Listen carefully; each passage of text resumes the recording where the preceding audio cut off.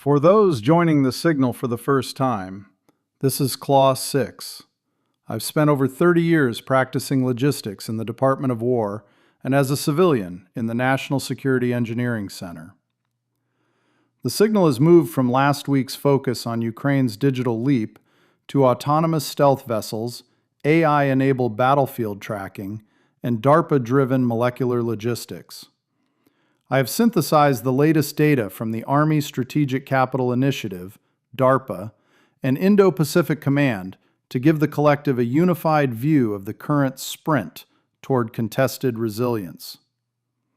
Today is Thursday, March 5th, 2026, and this is the Contested Logistics Analytic Watch. Clear your lines.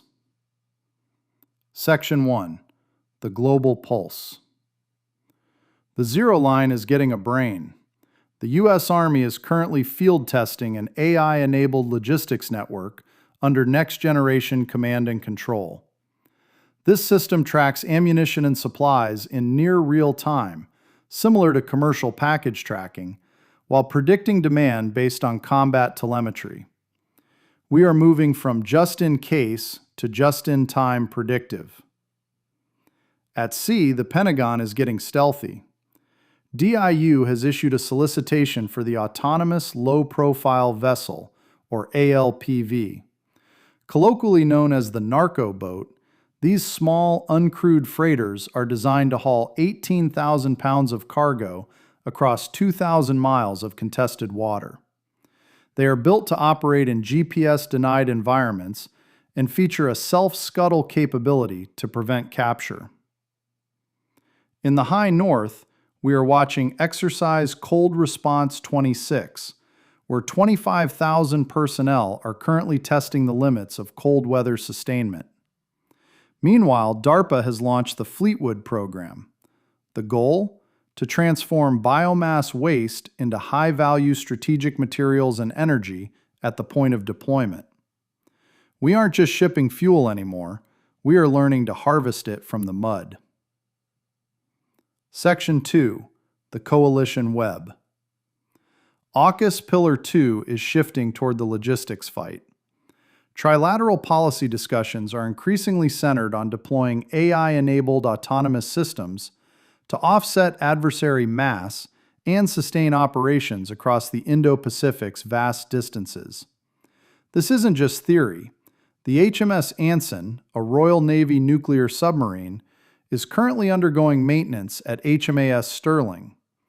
This marks the first time a nuclear-powered boat has been serviced in Australia, a critical proof of concept for the sovereign supply chain we need by 2030. In Thailand, Exercise Cobra Gold 26 is in full swing. Task Force Ashland and the USS Ashland are testing flexible amphibious presence with 30 nations. We are building the connective industrial tissue before the next crisis hits. Section 3. Acquisition and Market Trends. The Army is changing how it buys readiness. The new Strategic Capital Initiative is a formal invitation to the private sector to co-invest in the organic industrial base. We are moving beyond traditional contracting toward joint ventures that reshore supply chains. In the private sector, RuneTech has joined Anduril's nearly $1 billion effort to automate defense manufacturing, a massive indicator of where the capital is flowing. At the same time, we are seeing the rise of the digital twin. By integrating RFID and AI analytics, we are creating live models of battlefield supply networks. DLA Director Lieutenant General Mark Simmerly recently emphasized that these AI partnerships are the inevitable force multiplier for contested operations. The goal is clear: move the gear without risking the pilot. Section 4. Policy and the Tool Belt.